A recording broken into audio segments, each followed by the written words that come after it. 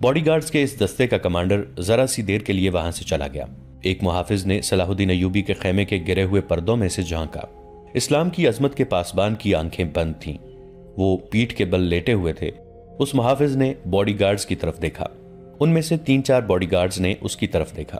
محافظ نے اشارے کے طور پر اپنی آنکھیں بند کر کے کھولی۔ 3-4 محافظ اٹھے اور دوسروں کو باتوں میں لگایا۔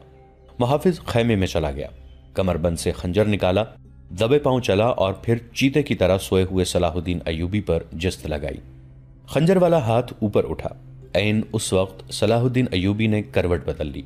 یہ نہیں بتایا جا سکتا کہ محافظ خنجر کہاں مارنا چاہتا تھا، دل میں یا سینے میں، مگر ہوا یوں کہ خنجر صلاح الدین ایوبی کی پگڑی کے بالائی حصے میں اتر گیا اور سر سے بال برابر دور رہا۔ پگڑی سر سے اتر گئی۔ صلاح الدین ایوبی بجلی کی تیزی سے اٹھے۔ انہیں یہ سمجھنے میں دیر نہ لگی کہ یہ سب کیا ہے۔